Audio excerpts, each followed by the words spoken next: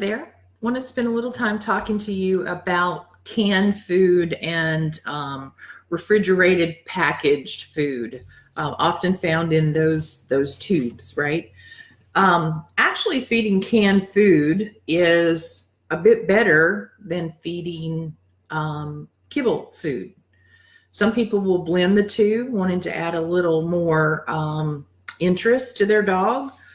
It certainly adds a lot more moisture to our dogs. If we think about that kibble food, it has to go into the body, get itself all hydrated, basically by pulling stores of moisture from other organs in the body so that it can start to break down and become usable energy.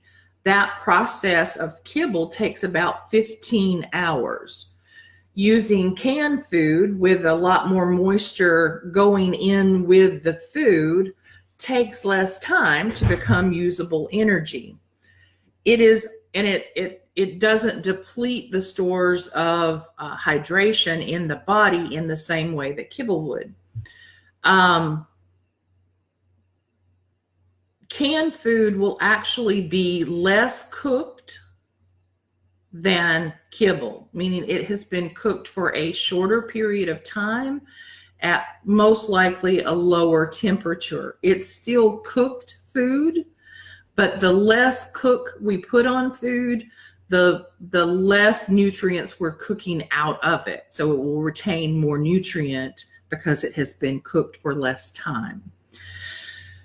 You may still find that synthetic vitamins and minerals are going into this to create that balance again.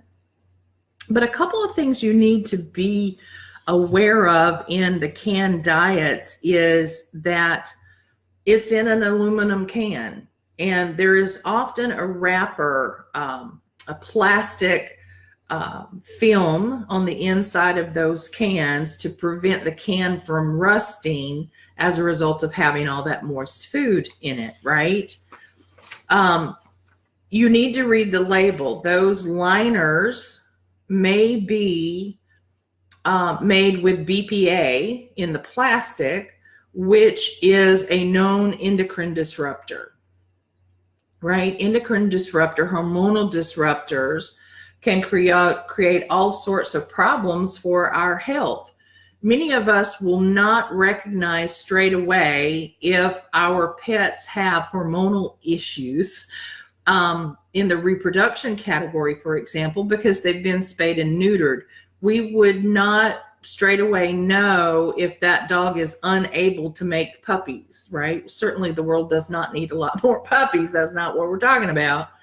But you wouldn't necessarily recognize it. But BPA is an endocrine disruptor that can cause all sorts of health issues. It's true for you as well. Anytime you find these endocrine disruptors in the products going into your body or onto your body, which in essence is still into, we have risk. There's also going into these products, so these canned products and these tubes of product, these refrigerated tubes of food are often, some people think that they are raw foods, and there are some, but most times when we just see these tubes of food, it is really just canned food in a different form. So you need to read the label. You need to be aware of that. You need to go on the website and do a little research for the manufacturers of these products that you're choosing. Both canned and these tubes of food may have in them something called carrageenan. Carrageenan is a thickener. It's the gel stuff that kind of makes things stick together and hold its form, right? Carrageenan is used in laboratory studies to create inflammation in the bowels so that the pharmaceutical companies and disease study, people studying disease can test their products and test their remedies and all that kind of stuff. So this thickening agent that's being put into our dog's foods is by design to create inflammatory bowel disease. So if you have a dog struggling with digestive issues, poop issues, right, there could be an association with that. So you have to figure all this stuff out. You have to take a close look from head to tail of what's going on with your pet, and then start to say, is any of this related to my dog's current state of health or putting him at risk in a future state of health? Okay. So just be aware of that with the canned food. It is better than kibble, but not as good as raw. And there are still some risks associated with the way in which it is manufactured and the way in which it is packaged. Many people believe that raw food is going to still be more expensive than canned food. And that's likely not to be the case. If you'll sit down and do a little calculation, and if you need me to help you, I will be happy to do so. But if you will do a bit of calculation, pound for pound, like figuring out how much a pound of your canned food translates to being, right? How much does your dog eat? Are we having any sort of wellness issues?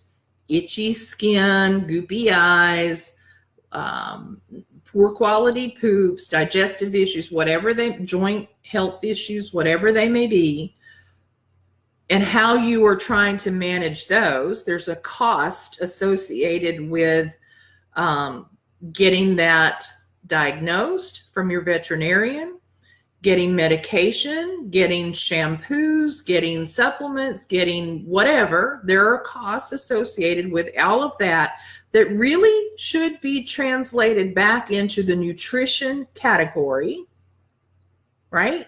You gotta say, is nutrition at the root of those issues? And in most cases, it absolutely is. When you then figure that out, and you start doing some comparison on better nutritional products and their cost, bowl for bowl per animal is a negligible amount, especially over the long term. And for some of you, it will actually be less expensive to feed a raw diet than it would be to continue feeding what you're feeding, or trying to keep trying new foods over and over and over, and to continue the path that you're on with. Really what starts to happen is you wind up, you go to the vet, you get a diagnosis, you start working on things, you get all these medicines, it gets better for a while, and then it stirs itself back up. You go back, you get more medicine, you get different medicine, and then it gets better for a while, and then it comes back.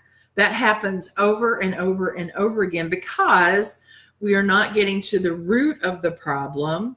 We are getting to managing symptoms in some cases, right? So food can help you make better decisions and do something that actually starts to address the root of those issues.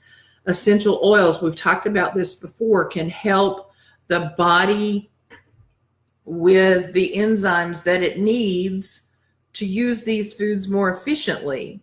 It can help with clearing the receptor sites of the body to be able to receive nutrient better, for example, or to help the body work more efficiently, and as a result, build up its immunity in a way that it can handle these foreign environmental factors more efficiently. So I really want you, as you're looking at the cost of this, to think about what are you spending today, and not just on the meal, right? Your nutritional answer is not just about your meal, because nutrition is the core of all of these other issues that you're experiencing, even down to behavior in many cases. And when you then start saying, what am I spending and what might be offset with better quality food, I think you're going to find that it is not more expensive or as expensive as you think that it might be. Okay, so important to know about that. And as you're thinking about canned food, if you are ready to move into Volhard, I'm happy to help you do that.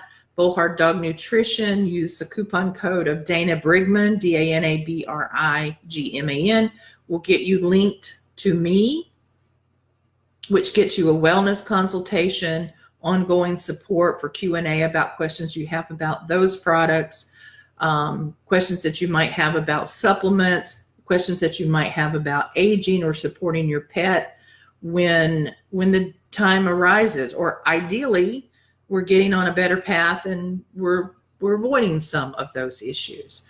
So look forward to talking to you a little bit more about the raw diet, and I'll see you in the next video.